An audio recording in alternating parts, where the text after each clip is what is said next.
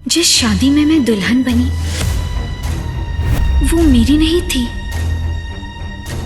मैं तो सिर्फ एक अनाथ लड़की थी जिसे अपने मामा की जान बचाने के लिए किसी और की जगह बैठना पड़ा। लेकिन असल राज तो वो था जो शादी के बाद में सामने आया। एक ऐसा राज जो मैंने कभी अपने सपने में भी नहीं सोचा था।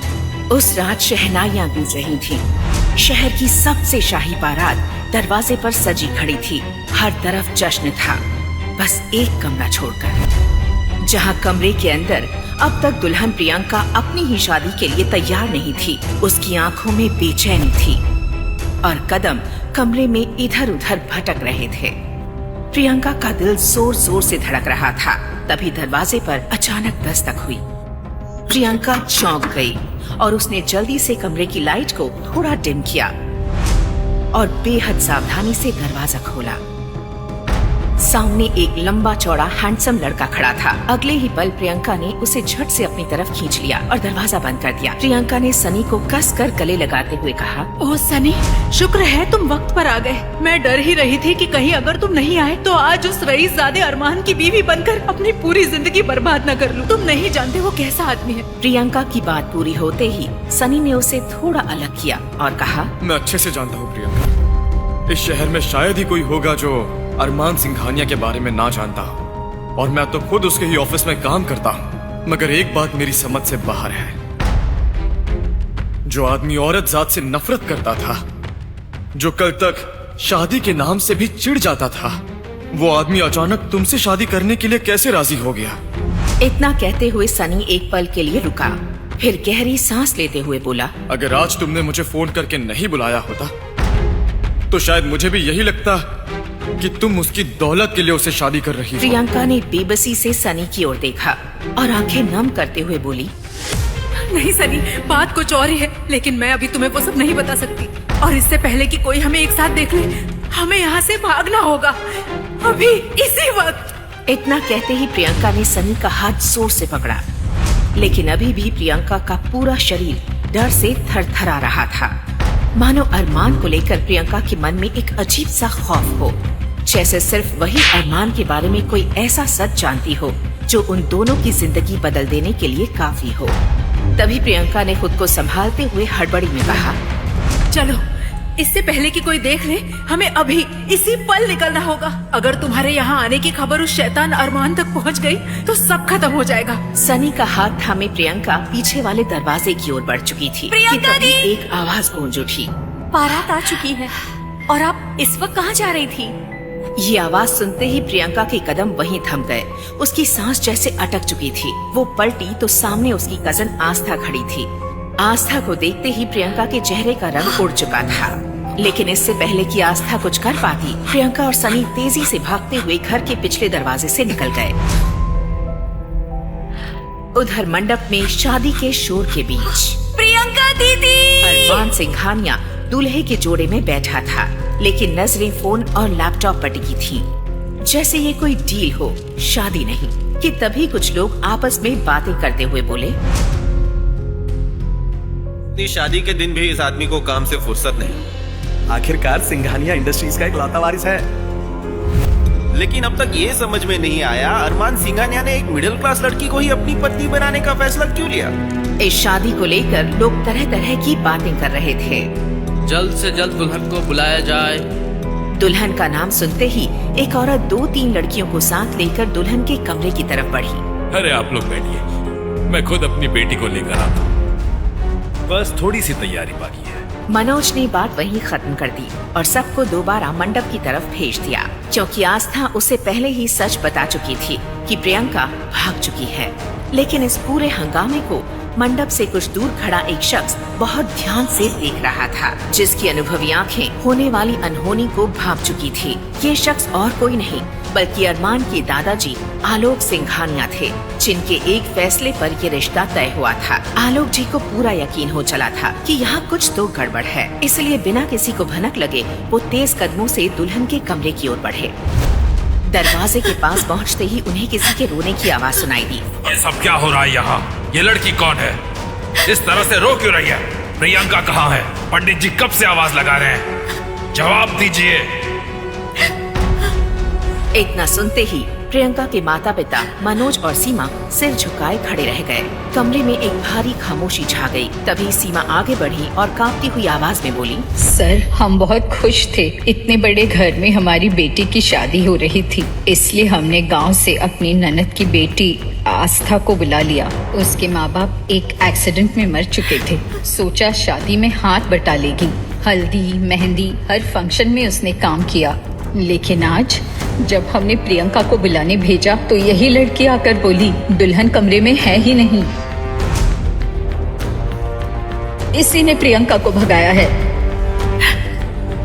सीमा ने अपनी बातों का ऐसा जाल बुना कि सारा इल्जाम आस्था पर डाल दिया, जिसने खुद प्रियंका को जाने से रोका था। वही आस्था आज सबके सामने गुनहगार बन गई थी। यहाँ तक कि आस्था के मामा मनोज भी चुपचाप इस इल्जाम के साथ खड़े थे। आस्था का सब्र टूट गया और वो रोते हुए बोली, मामी, इसमें मेरा कोई कसूर नहीं है, मैं सच कह रही हूँ। जब मैं कमरे में पहुँची तब प्रियंका दीदी वहाँ थी ही नहीं। आप मेरी बात क्यों नहीं मान रही हैं?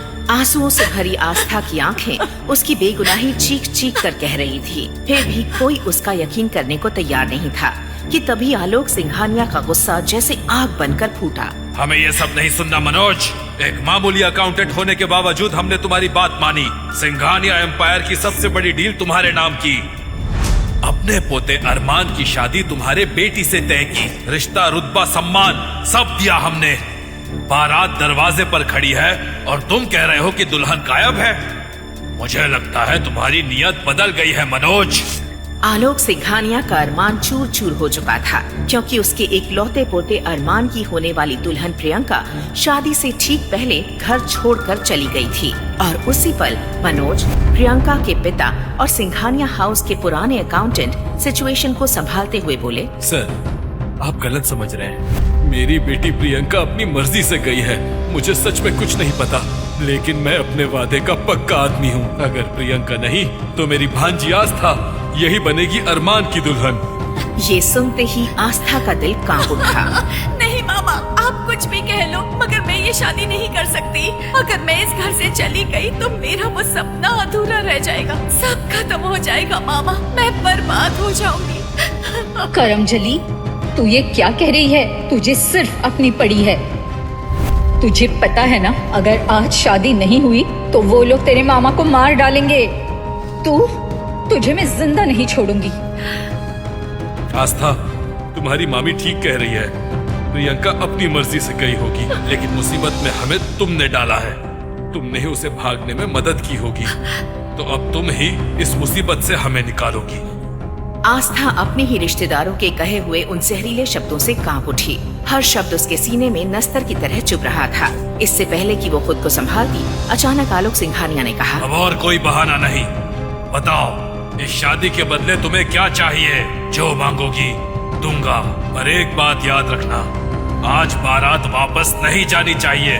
अगर आज शादी नहीं हुई तो सिंघानिया एम्पायर की इज्जत मिट्टी में मिल जाएगी। और अरमान, जिसे औरत जात से नफरत है, वो ये जानकर कि दुल्हन भाग गई, सब तहस नहस कर देगा।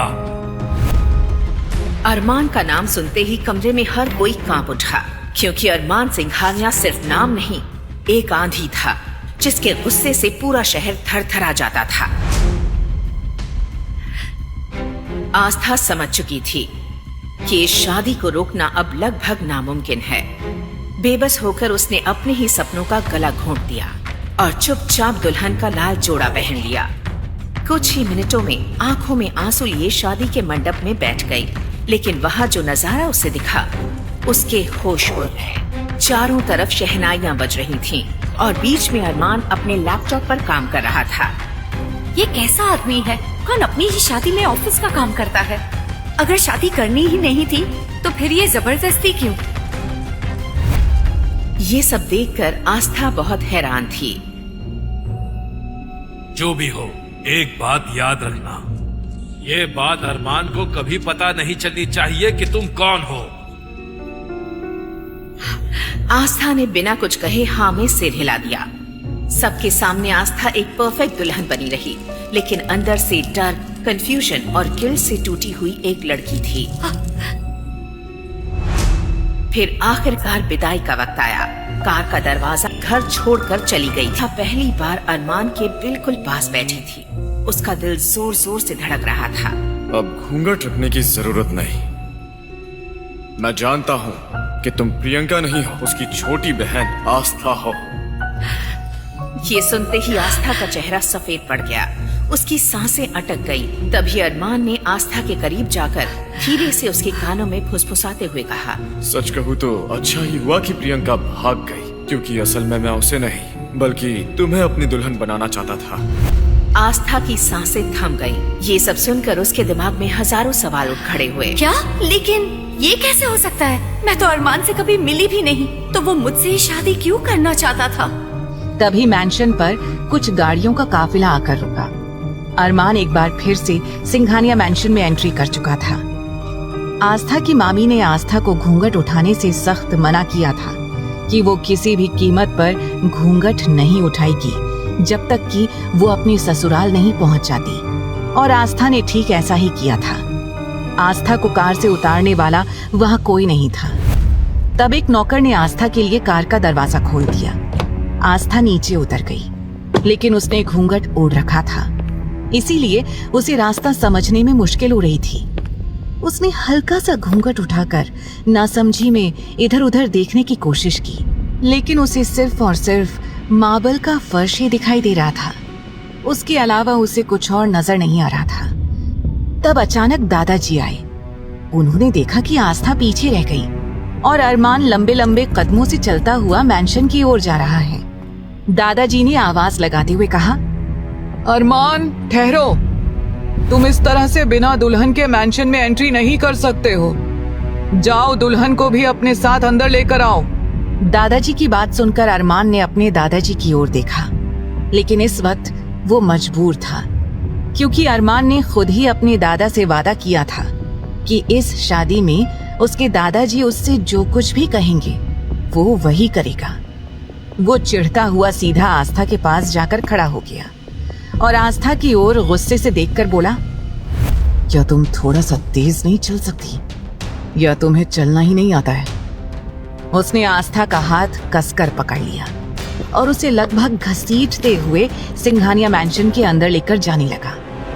अब आस्था की हालत काफी ज्यादा खराब हो चुकी थी। एक तो उसने हाथ भरकर लाल रंग का चूड़ा पहना हुआ था, ऊपर से अरमान ने उसका हाथ काफी जोर से पकड़ा था, जिससे उसे काफी ज्यादा दर्द हो रहा था। हल्की सी चीख उसके होंठों से निकल गई, आह मेरा हाथ। लेकिन अरमान ने उसकी चीख को सुनकर भी अनसुना कर दिया और लगभग उसे घसीटते हुए सिंघानिया मैंशन के गेट पर जा पहुंचा। जैसे ही वो उसे लेकर अंदर की ओर जाने लगा, तुरंत आकाश, सुमित, ध्रुव और आहान चारों एक साथ उसके सामने आकर खड़े हो गए और चिल्लाते हुए बोले, रुको भैया। अरमान ने अपनी आईब्रोज उठाकर उन चारों की ओर देखा। एक पल के लिए चारों उसकी आंखों को देखकर डर गए, लेकिन आहान ने थोड़ी हिम्मत करते हुए मुस्कुरा कर कहा, ब्रो, आप इस तरह से अंदर नहीं जा सकते। हमने बहुत सारी मूवीज और फिल्मों में देखा है कि जब भी कोई नई बहू आती है तो उसका अच्छी तरह से स्वागत किया जाता है। तो क्या हुआ अगर हमारे घर में कोई लेडी नहीं है? तो हम लोग तो हैं, हम तो भाभी का वेलकम अच्छी तरह से कर सकते हैं ना।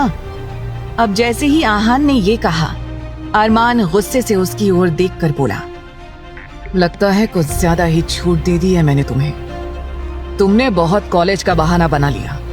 कल से तुम मेरे साथ ऑफिस आओगे, समझे? अरमान की बात सुनकर आहान की हालत खराब हो गई और वो कहने लगा, नहीं नहीं भाई, आप कैसी बातें कर रहे हैं? मतलब मैं ऑफिस जाकर क्या करूंगा? और इस बात का ऑफिस से क्या लेना देना? हाँ और कल से तो मेरा बहुत इंपॉर्टेंट असाइनमेंट स्टार्ट होने वाला है। भाई आप नहीं जानते कितना सारा कॉलेज का काम करना है मुझे। सुमित भी हामी भरते हुए बोला, देखो अरमान, तुम इस तरह से बात को घुमा नहीं सकते हो, ठीक है? और अभी पहले हम तुम दोनों की आरती उतारेंगे और उसके बाद भाभी अपने दाएं पैर से ये कलश गिराएंगी और फिर तुम दोनों अंदर आओगे। सुमित की बात सुनकर अरमान का सब्र अब पूरी तरह से जवाब दे गया, क्योंकि उसमें इतनी हिम्मत ही नहीं बची थी कि वो अब इन रीति रिवाज को पूरा कर सके। अरमान ने गुस्से से कहा, इतना तमाशा करने की कोई जरूरत नहीं है। ये सब कुछ हटाओ यहाँ से, और तुम सब हटो मेरे रास्ते से। ऐसा कहकर अरमान गुस्से से आगे बढ़ने लगा। तभी दादाजी पीछे से प्यार से बोले, अरे बेटा, अगर बच्चे जिद कर रहे हैं तो करने दो उन्हें भी अपने मन की। अगर वो अपनी भाभी का स्वागत करना चाहते हैं तो करने दो ना, क्यों उन्हें रोक टोक रहे हो?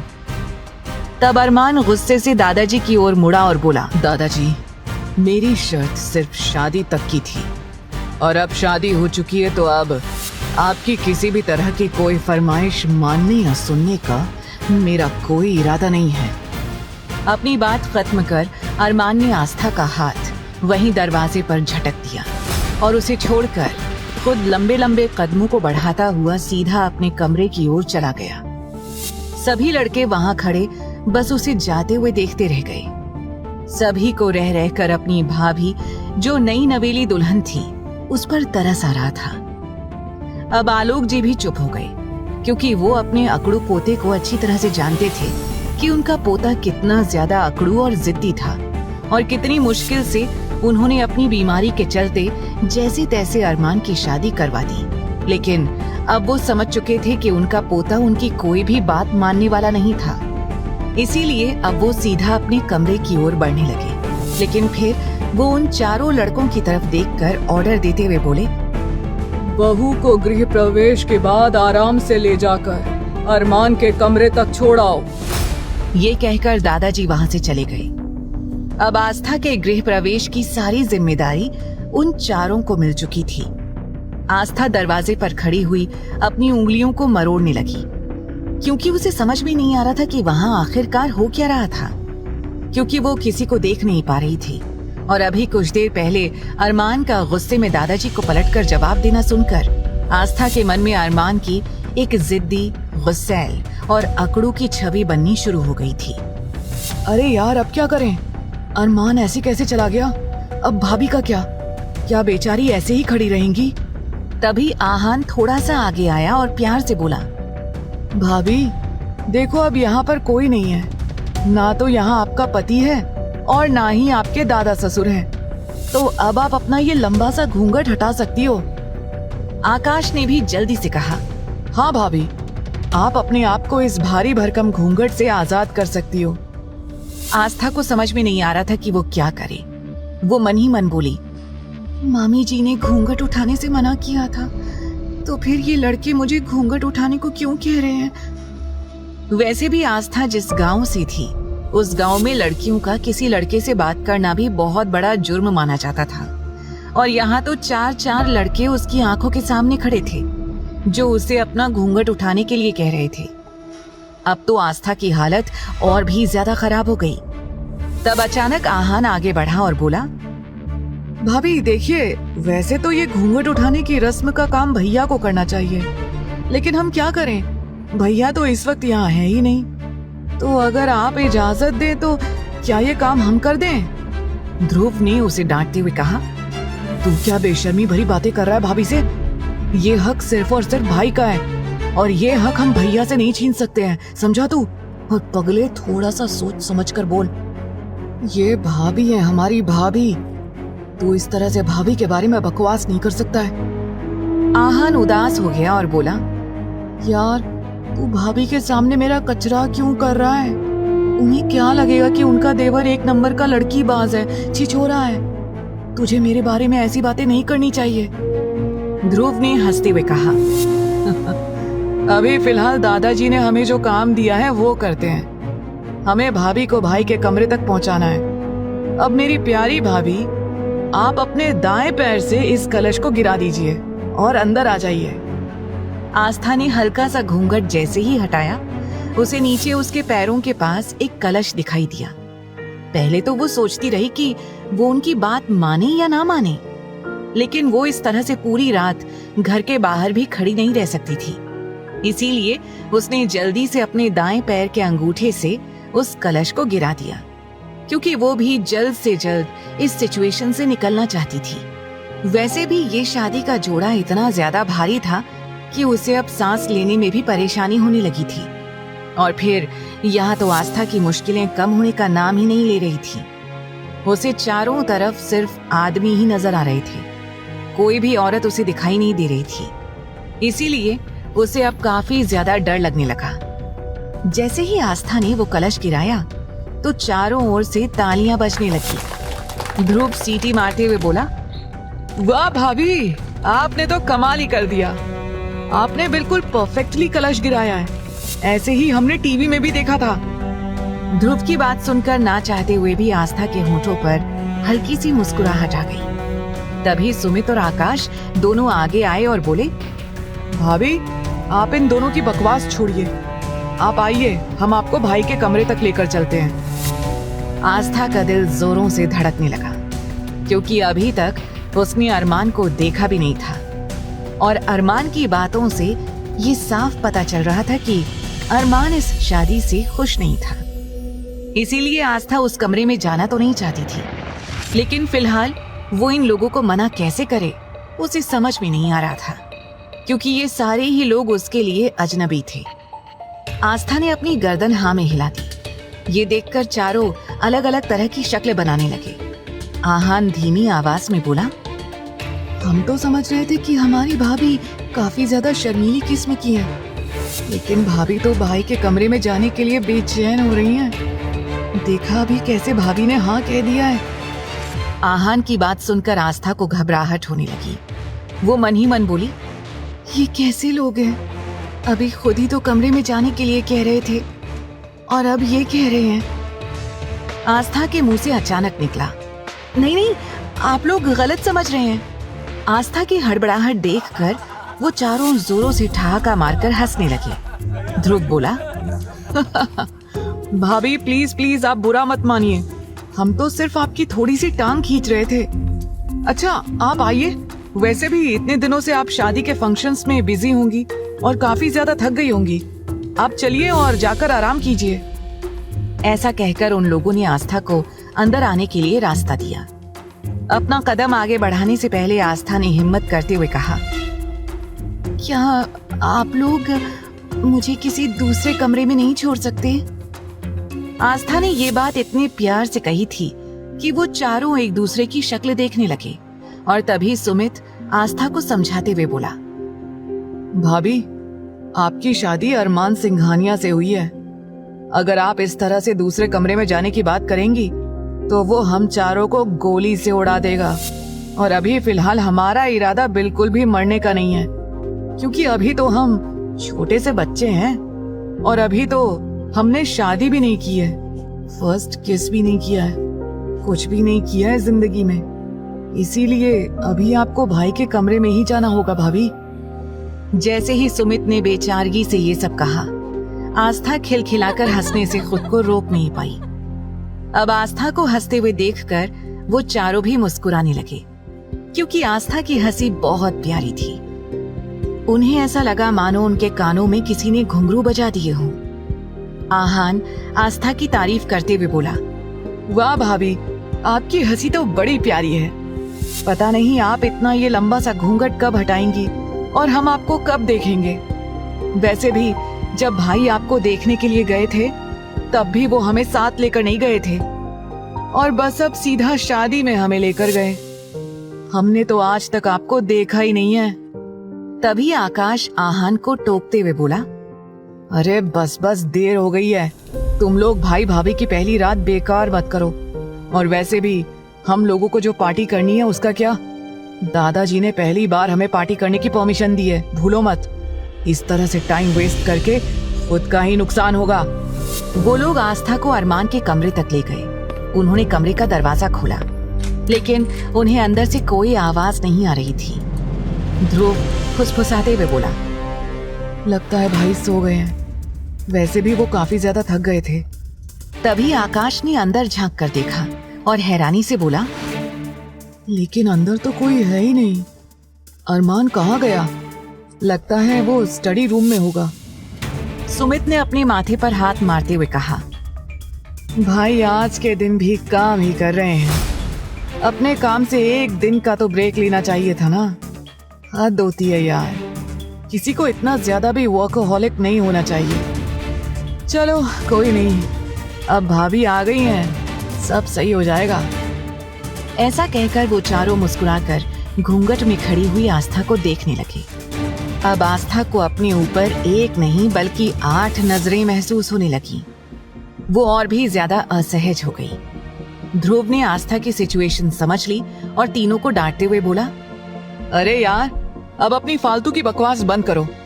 अगर भाई स्टडी रूम में ही हैं, तो कम से कम भाभी को तो अंदर कमरे में जाने दो, वो तो आराम करें। भाभी, आपकी जरूरत के सारे कपड़े हमने ऑलरेडी भाई के क्लोजेट में सेट करवा दिए हैं, तो आपको अगर कोई भी परेशानी हो तो आप बेल बजा दीजिएगा, कोई ना कोई उसी वक्त आपकी सेवा में जरूर हाजिर हो जाएगा। ऐसा कहकर ध्रुव, सुमित, आकाश और आहान ने आस्था के सामने स्टाइल से अपना सिर झुकाया और कमरे के बाहर से ही वापस चले गए। आस्था अंदर कमरे में गई। उसने कमरे को अंदर से लॉक कर दिया और फिर सबसे पहले उसने अपने आप को घूंघट से आजाद किया और लंबी लंबी गहरी सांसें लेने लगी। तभी उसकी नजरें उस बेडरूम में चारों तरफ घूमने लगी। बेडरूम की दीवारें ब्लैक एंड व्हाइट कलर की थी। वहां की सभी चीजें बेहद महंगी लग रही थी। कमरे के बीचों बीच एक किंग साइज का बेड था। इतनी महंगी महंगी चीजें देखकर आस्था की आंखें हैरानी से बड़ी हो गईं। बेड के ठीक सामने एक मिरर था। आस्था डरते हुए मिरर के सामने जाकर खड़ी हो गई। जैसे ही उसने मिरर में खुद को देखा तो वो शॉक्ड रह गई। ये मेरी आंखें क्यों सूजी हुई हैं? मेरी नाक इतनी लाल हो गई है।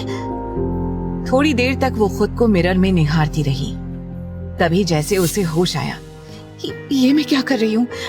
मैं इस वक्त किसी और के कमरे में हूँ और अकेली भी। मैं इस तरह से बेवकूफ बनकर एक जगह खड़ी नहीं रह सकती। तभी आस्था के कानों में उसके देवरों की बात गूंज उठी कि क्लोजेट में उसके कपड़े रखे हुए थे। उसने क्लोजेट खोला। वो बिल्कुल हैरान हो गई। वहां पर कपड़े तो रखे हुए थे, लेकिन सभी कपड़े बेहद महंगे और ब्रांडेड थे। वहां एक से एक ब्रांडेड साड़ियां थी, लेकिन साड़ियां तो आस्था ने कभी पहनी ही नहीं थी। वो तो हमेशा शुरू से ही सिंपल सा सूट वगैरह पहना करती थी और दुपट्टा लिया करती थी, लेकिन इस तरह की फैंसी साड़ियां देखकर आस्था का गला सूखने लगा। उसे समझ नहीं आ रहा था कि वो क्या पहने। अब आस्था पूरी तरह से मायूस हो गई। फिर उसने वापस से वो घूंघट, जो कि लहंगे का था, वो ओढ़ लिया और बेड के एक साइड पर बैठ गई। वहां बैठे बैठे कब उसकी आंख लग गई उसे पता ही नहीं चला। वहीं अरमान आधी रात तक काम करता रहा और करीब 2 बजे अपना काम खत्म करने के बाद अपने कमरे में सोने के लिए आ गया।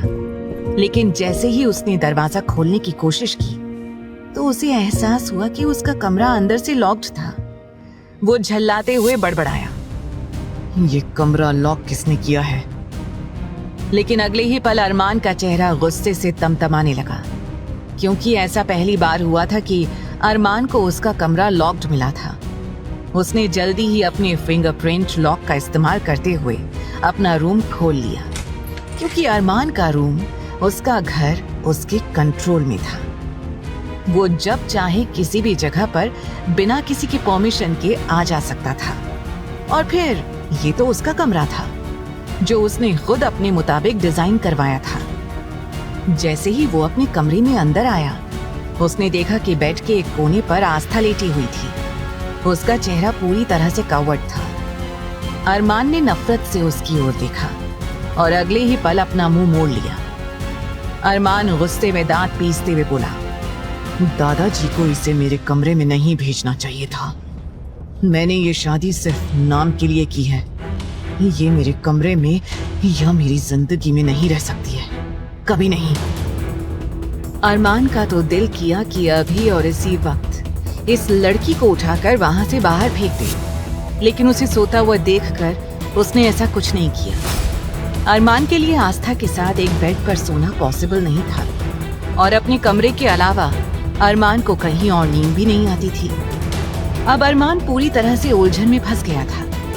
अब क्या करने वाला है अरमान? जब वो प्रियंका की जगह आस्था को देखेगा तो उसका क्या रिएक्शन होगा?